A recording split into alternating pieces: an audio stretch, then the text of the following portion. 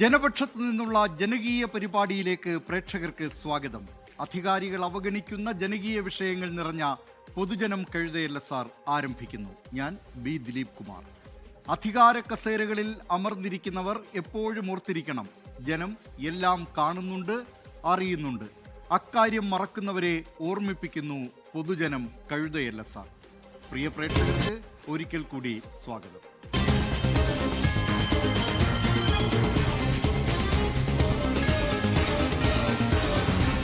പൊതുജനം കഴുതയല്ല സാർ.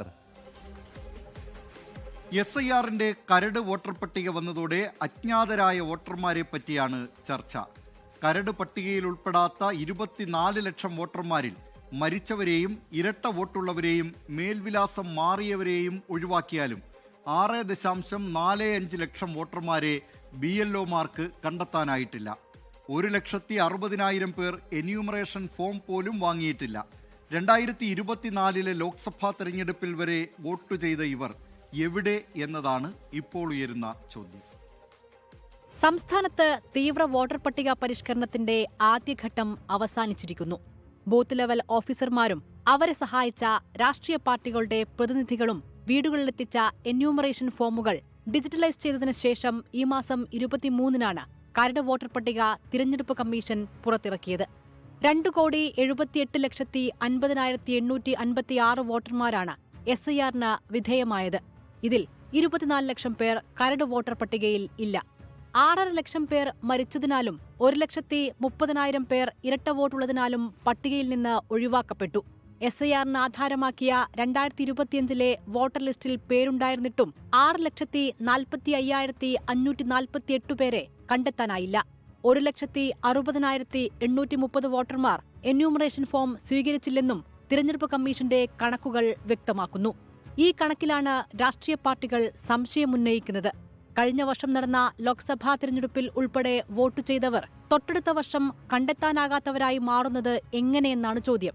1,200 വോട്ടർമാരാണ് ഓരോ ബൂത്തിലും പരമാവധി ഉണ്ടാവുക. ഇതിൽ 500-300 പേരെ ഒറ്റയടിക്ക് കണ്ടെത്താനാകാത്തതാണ് ചോദ്യം ചെയ്യപ്പെടുന്നത്. അതത് വാർഡുകളിലെ ജനവിധിയെ നിർണായകമായി സ്വാധീനിക്കുന്നത്ര വോട്ടർമാരെ കണ്ടെത്താനാകുന്നില്ല എന്ന് സാരം. ഇവിടെ വ്യാജമായി വോട്ടു ചേർത്തോ എന്ന സംശയമാണ് ഉയരുന്നത്. കഴിഞ്ഞ ദിവസം മാധ്യമങ്ങളെ കണ്ട മുഖ്യമന്ത്രി പിണറായി വിജയൻ തന്നെ ഇക്കാര്യം ഉന്നയിക്കുകയും ചെയ്തു.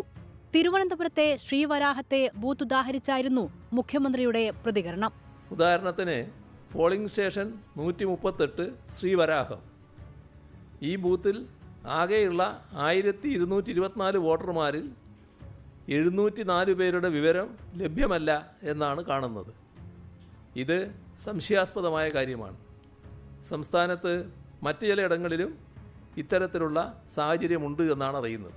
2021 നിയമസഭാ തെരഞ്ഞെടുപ്പിലും 2024 പാർലമെൻറ്റ് തെരഞ്ഞെടുപ്പിലും അതിനു മുൻപുള്ള തെരഞ്ഞെടുപ്പുകളിലും വോട്ട് ചെയ്തിരുന്ന വ്യക്തികളാണ് ഒഴിവാക്കപ്പെടുന്നത് എന്നതാണ് ഇവിടെ പ്രധാനം. കണ്ടെത്താനാകാത്ത വോട്ടർമാരുടെ പട്ടികയിൽ മുൻപന്തിയിലുള്ളത് BJPക്ക് സ്വാധീനമുള്ള ചില ബൂത്തുകൾ ആണെന്നതാണ് വിമർശനം ഉയർത്തുന്നത്. പാലക്കാട് നിയമസഭാ മണ്ഡലത്തിലെ 5 BJP ബൂത്തിലെ കണക്ക് പരിശോധിക്കാം. ഈ ബൂത്തുകളിൽ ഒഴിവാക്കപ്പെട്ട വോട്ടർമാരിൽ കണ്ടെത്താനാവാത്തവരുടെ എണ്ണം 54 മുതൽ 75% വരെയാണ്.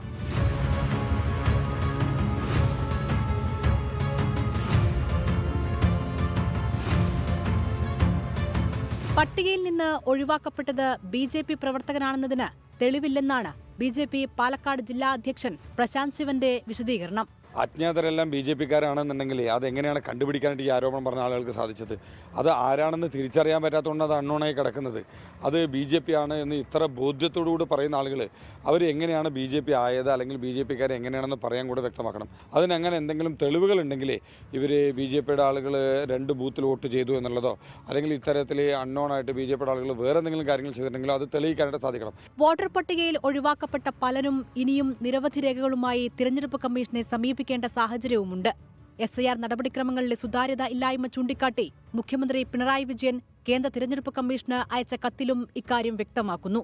കാലാകാലങ്ങളായി വോട്ടു ചെയ്യുന്ന തിരുവല്ല MLA മാത്യു ടി തോമസിന്റെയും സംസ്ഥാന പോലീസ് മേധാവിയായിരുന്ന രമൺ ശ്രീവാസ്തവയുടെയും പേര് ഉൾപ്പെടാത്തത് മുഖ്യമന്ത്രിയുടെ കത്തിൽ പരാമർശിച്ചിട്ടുണ്ട്.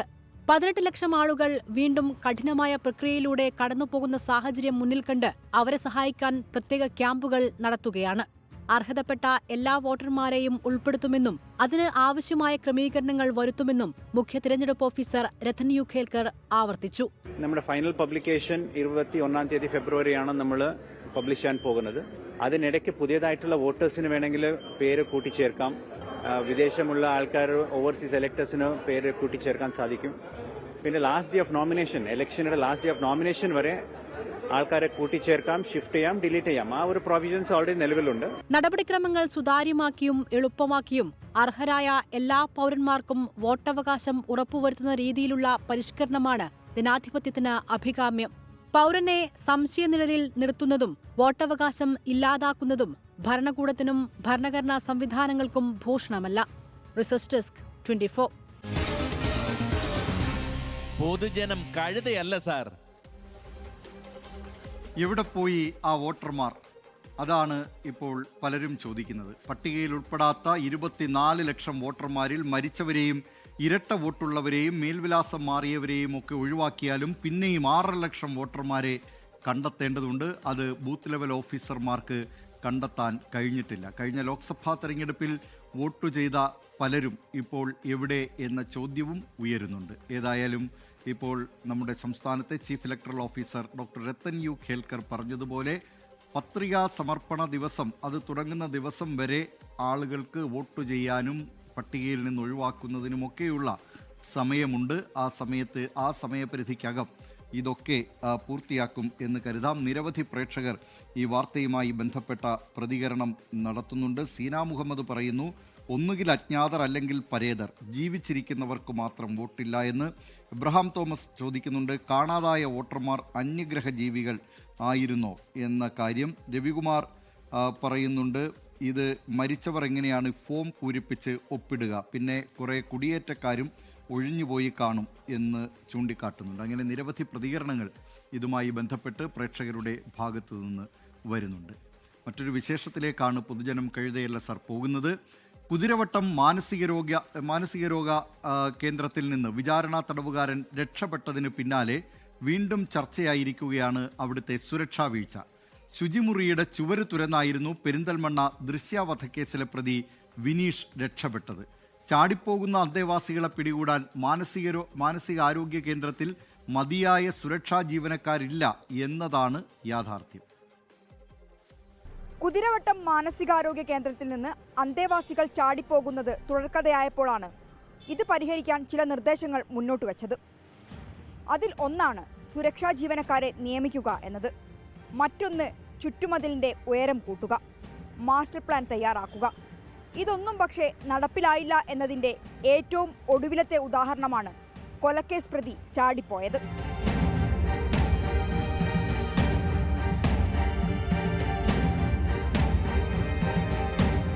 ഇതിൽ പ്രധാന പ്രതിസന്ധി സുരക്ഷാ ജീവനക്കാരില്ല എന്നത് തന്നെയാണ്. കുതിരവട്ടം മാനസികാരോഗ്യ കേന്ദ്രത്തിൽ നിലവിലുള്ള അന്തേവാസികളുടെ എണ്ണം 354. ഇതിൽ 246 പേർ പുരുഷന്മാരാണ്. ഇവർക്ക് ആകെയുള്ളത് 5 സുരക്ഷാ ജീവനക്കാർ, 108 വനിതാ അന്തേവാസികൾ. ഇവരെ നോക്കാൻ ഒരു വനിതാ സുരക്ഷാ ജീവനക്കാരി പോലും ഇവിടെയില്ല. ഇതുകൊണ്ടുതന്നെ പലപ്പോഴും മരുന്നും മറ്റുമായി പോകുന്ന നഴ്സുമാർ നേരിടേണ്ടി വരുന്നത് കൊടിയ മർദ്ദനമാണ്. കഴിഞ്ഞ ദിവസം ഫോറൻസിക് വാർഡിൽ നിന്ന് ചാടിപ്പോയ വിനീഷ് ഫോറൻസിക് വാർഡിന്റെ ശുചിമുറിയുടെ ചുവര് തുറന്നാണ് പുറത്തുപോയത്. സെല്ലിൽ നിന്ന് പുറത്തു കടന്നാലും എങ്ങനെ ആശുപത്രി കോമ്പൗണ്ട് കടന്ന് പുറത്തേക്ക് പോയി എന്നത് ചോദ്യമാണ്. ഇവിടെയാണ് സുരക്ഷാ ജീവനക്കാരില്ലാത്തതിന്റെ ഗൗരവം വ്യക്തമാകുന്നത്.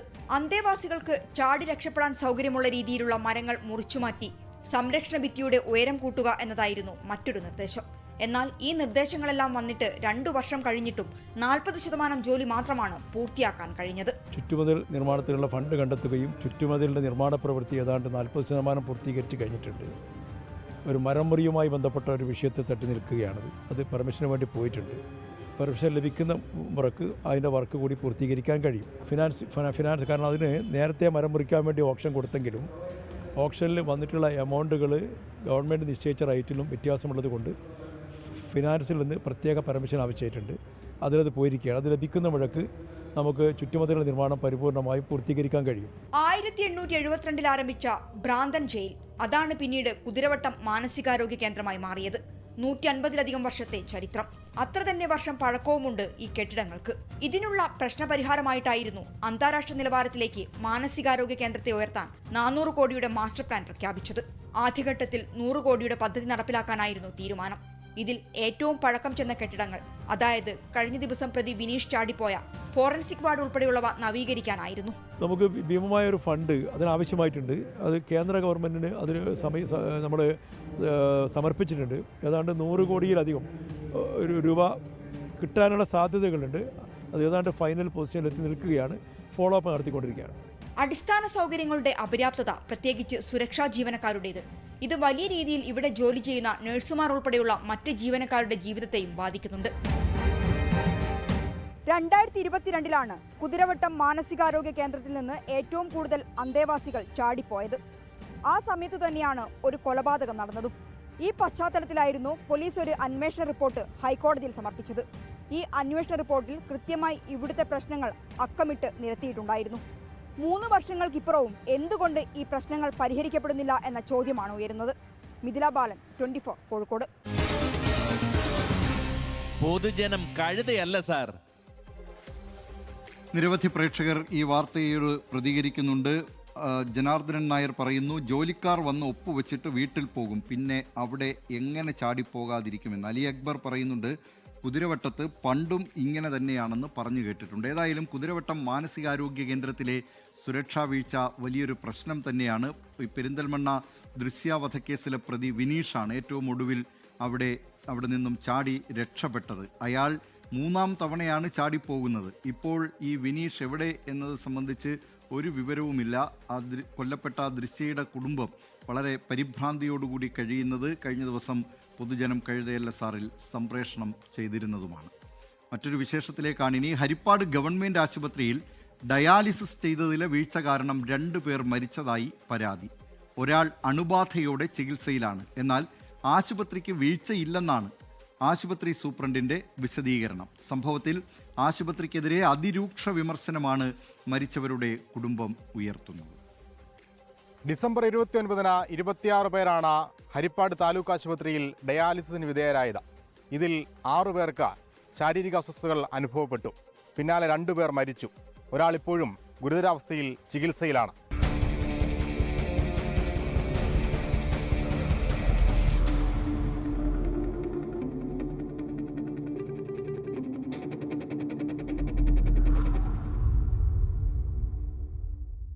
ഡയാലിസിസ് പൂർത്തിയാക്കി മടങ്ങിയ ഹരിപ്പാട് സ്വദേശി രാമചന്ദ്രൻ, കായംകുളം സ്വദേശി മജീദ് എന്നിവരുടെ മരണം ഞെട്ടിക്കുന്നതാണ്.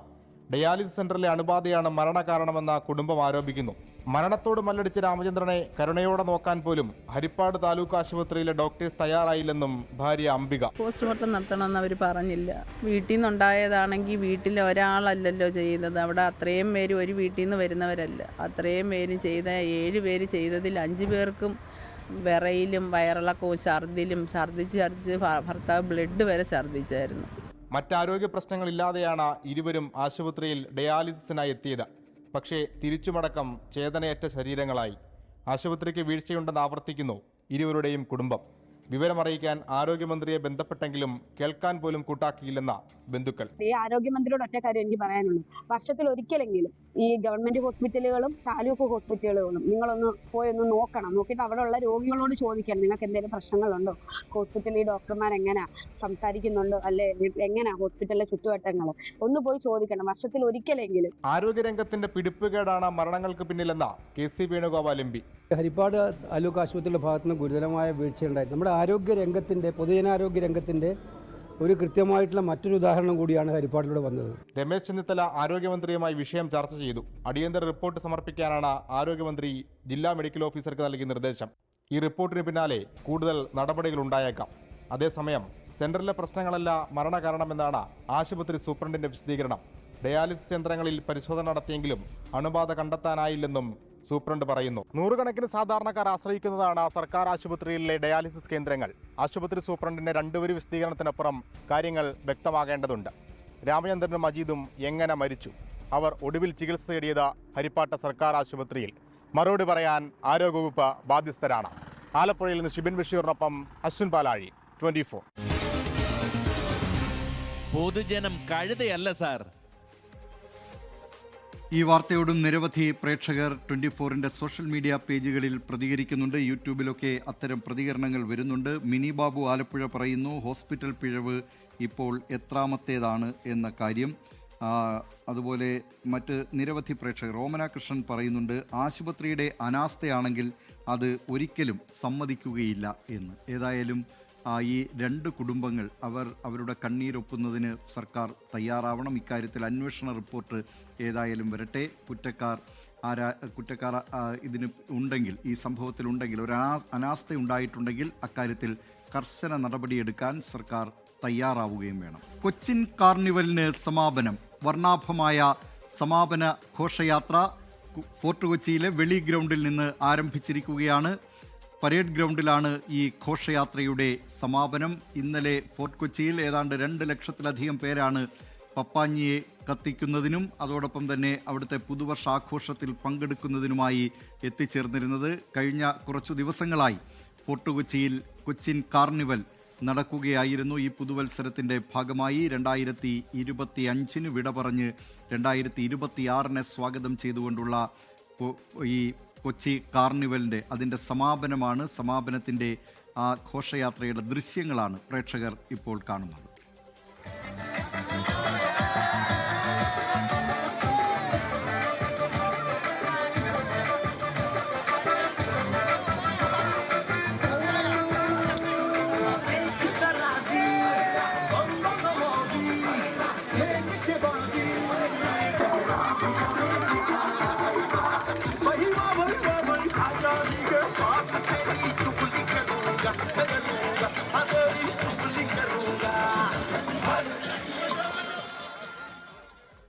ഫോർട്ട് കൊച്ചിയിലെ വീഥികളെ വർണ്ണാഭമാക്കിക്കൊണ്ടുള്ള കൊച്ചിൻ കാർണിവൽ അതിൻ്റെ സമാപനം കുറിച്ചുകൊണ്ടുള്ള ഘോഷയാത്രയാണ് ഇപ്പോൾ ഫോർട്ട് കൊച്ചിയിൽ നടക്കുന്നത്. പുതുവത്സര ആഘോഷത്തിൻ്റെ ഭാഗമായുള്ള കൊച്ചി കാർണിവലിൻ്റെ സമാപനമാണ് ഇപ്പോൾ അല്പസമയത്തിനകം പരേഡ് ഗ്രൗണ്ടിൽ നടക്കാൻ പോകുന്നത്.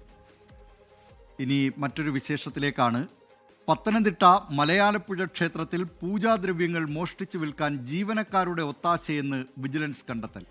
മോഷ്ടിക്കുന്ന സാധനങ്ങൾ ക്ഷേത്രത്തിലെ പൂജാ സ്റ്റാളിൽ തന്നെ വിൽക്കും. ദേവസ്വം ജീവനക്കാരാണ് പൂജാ സ്റ്റോറിന്റെ ബിനാമികളെന്നും വിജിലൻസ് റിപ്പോർട്ടിൽ പറയുന്നുണ്ട്. മോഷണത്തിന്റെ CCTV ദൃശ്യങ്ങളും കണ്ടെടുത്തു. വളരെ ഞെട്ടിക്കുന്ന വാർത്തയാണിത്. വിശ്വാസികളെ ചൂഷണം ചെയ്യുന്ന ഏതൊക്കെ തരത്തിലാണ് ഈ ദേവസ്വം ജീവനക്കാരൊക്കെ ചൂഷണം ചെയ്യുന്നത്, തട്ടിപ്പ് സംഘം ചൂഷണം ചെയ്യുന്നത് എന്നതിൻ്റെ ഉദാഹരണമാണ് ഇപ്പോൾ മലയാലപ്പുഴയിൽ നിന്ന് വരുന്ന വാർത്ത.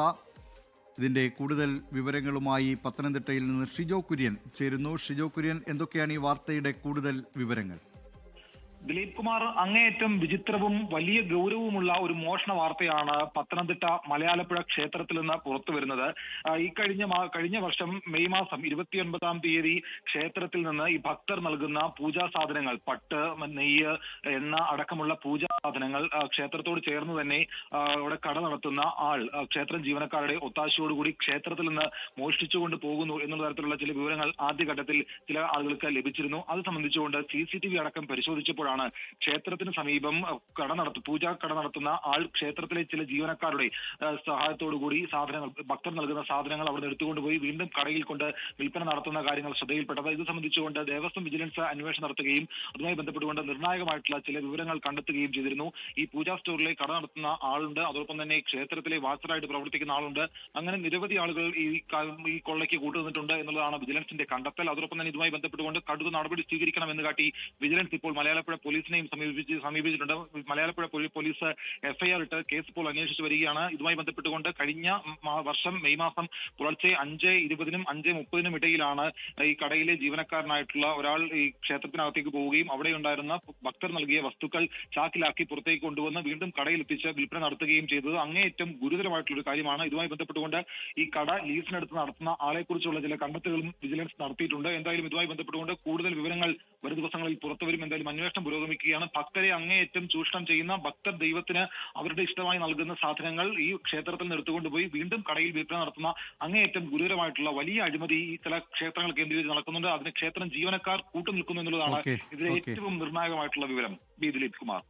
പത്തനംതിട്ട മലയാലപ്പുഴ ക്ഷേത്രത്തിലാണ് പൂജാദ്രവ്യങ്ങൾ മോഷ്ടിച്ചു വിൽക്കാൻ ജീവനക്കാർ ശ്രമം നടത്തുന്നത്. വളരെ ഞെട്ടിക്കുന്ന വാർത്തയാണ്. ഭക്തർ ക്ഷേത്രത്തിൽ സമർപ്പിക്കുന്ന പൂജാദ്രവ്യങ്ങൾ അത് പിന്നീട് ചാക്കിലാക്കി വീണ്ടും ക്ഷേത്രത്തിൻ്റെ അവിടെയുള്ള സ്റ്റോറിൽ കൊണ്ടുവന്ന് പൂജാ സ്റ്റാളിൽ കൊണ്ടുവന്ന് അത് വിശ്വാസികൾക്ക് വീണ്ടും വിൽക്കുകയാണ്. അങ്ങനെ ഞെട്ടിക്കുന്ന ഈ വാർത്ത പത്തനംതിട്ടയിൽ നിന്ന് റിപ്പോർട്ട് ചെയ്തത് ഷിജോ കുര്യൻ. ഇനി മറ്റൊരു വിശേഷത്തിലേക്കാണ്, അയൽ സംസ്ഥാനത്തിലെ ഒരു വിശേഷത്തിലേക്കാണ് പൊതുജനം കഴുതയല്ല സാർ പോകുന്നത്. തമിഴ്നാട്ടിൽ ഇടിയപ്പം വിൽപ്പനയ്ക്ക് നിയന്ത്രണം ഏർപ്പെടുത്തി. ഭക്ഷ്യസുരക്ഷാ വകുപ്പാണ് ഈ നിയന്ത്രണം തമിഴ്നാട്ടിൽ ഏർപ്പെടുത്തിയിട്ടുള്ളത്. വാഹനങ്ങളിലും പൊതുനിരത്തുകളിലും വിൽപ്പന നടത്തുന്നവർക്ക് ലൈസൻസ് നിർബന്ധമാക്കി. പൊതുജനങ്ങളിൽ നിന്ന് പരാതികൾ വ്യാപകമായ സാഹചര്യത്തിലാണ് തമിഴ്നാട് സർക്കാരിൻ്റെ ഈ നടപടി.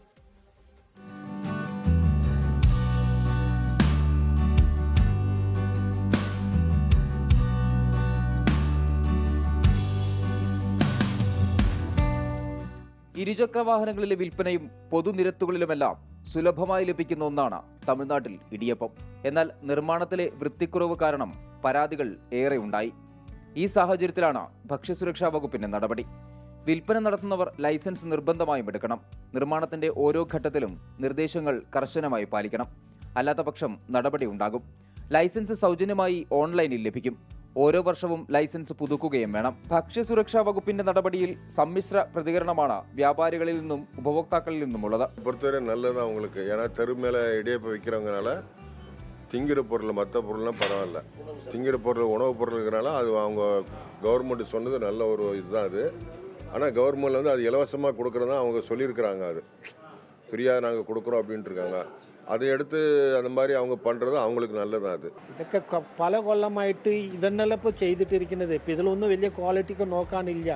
അങ്ങനെ ക്വാളിറ്റി ഇല്ലാതെ അവർക്ക് അങ്ങ് കൊടുക്കില്ല. അത് കുറേ കൊല്ലമായിട്ട് നമ്മൾ ഇന്നലെ അല്ല. ഇപ്പം ഇതൊക്കെ ചട്ടം പറയുന്നത് ഇന്നാണ് പറഞ്ഞത്. ഇതൊക്കെ നമ്മൾ 20 കൊല്ലമായിട്ട് ഇത് കണ്ടിന്യൂ ആയിട്ട് തന്നെയല്ല ഇരിക്കും. ഇതിൽ വലിയ പ്രശ്നങ്ങളോ വലിയ ഡാമേജോ ഒന്നും ഇല്ല. ആയിരക്കണക്കിന് ആളുകളാണ് തമിഴ്നാട്ടിൽ ഇടിയപ്പം വിൽപ്പന നടത്തി ജീവിക്കുന്നത്. നിർദ്ദേശം ഇവർക്ക് തിരിച്ചടിയാകുമെന്നും വാദിക്കുന്നവരുണ്ട്. എന്നാൽ ലൈസൻസ് വരുന്നത് ഗുണനിലവാരം മെച്ചപ്പെടുത്തുമെന്ന് പറയുന്നവരാണ് ഏറെയും. ലൈസൻസ് എടുത്തതുകൊണ്ട് മാത്രം കാര്യമില്ലെന്നും നിർദ്ദേശങ്ങൾ പാലിക്കുന്നുണ്ടോ എന്ന് കൃത്യമായി പരിശോധിക്കണമെന്നും ആളുകൾ ആവശ്യപ്പെടുന്നു. நல்லது கரெக்டாக முறைப்படுத்தணும். லைசன்ஸ் இருந்தாலும் பத்தாது. அதை அவங்க செய்கிறாங்களா செய்யலையான்னு தெரியாது, யாருக்குமே தெரியாது. அதை கரெக்டாக பார்த்து பண்ணணும். എല്ലാവരെയും ടെൻഷൻ പണ്ണക്കൂടാതെ. പിന്നെ ഇതൊരു നല്ല കാര്യമാണ്. കാര്യം വീട്ടിൻ്റെ വാതിക്കൽ സാധനം എത്തും. പിന്നെ കുറച്ച് സാധാരണക്കായ മിഡിൽ ക്ലാസ് ആൾക്കാർക്ക് കുറച്ച് കോസ്റ്റ് പ്രൊഹിബിറ്റീവായിട്ട് സാധനം കിട്ടും. അതുകൊണ്ടൊക്കെ ഇത് നല്ല കാര്യമാണ്. പക്ഷേ പിന്നെ അതിൻ്റെ ക്വാളിറ്റി ഉറപ്പുവരുത്തേണ്ടത് അത് ഫുഡ് ആൻഡ് സേഫ്റ്റിക്കാരുടെ ഉത്തരവാദിത്തമാണ്. അപ്പോൾ അവരത് പ്രോപ്പറായിട്ട് ചെക്ക് ചെയ്യണം. വേറെ ഒരു ലൈസൻസ് കൊടുത്തുകൊണ്ട് മാത്രം ഇതിനൊരു ഇമ്പ്രൂവ്മെന്റ് ഉണ്ടാവുമെന്ന് തോന്നുന്നില്ല. ഡിസംബർ 26 മുതലാണ് നിയന്ത്രണം നിലവിൽ വന്നത്. ചെന്നൈ നഗരത്തിൽ ഇപ്പോൾ തന്നെ വിൽപ്പന വ്യാപകമായി കുറഞ്ഞിട്ടുണ്ട്. ലൈസൻസ് എടുത്ത ശേഷം വിൽപ്പന തുടരാമെന്ന നിലപാടിലാണ് ചില വ്യാപാരികൾ. 24 ചെന്നൈ.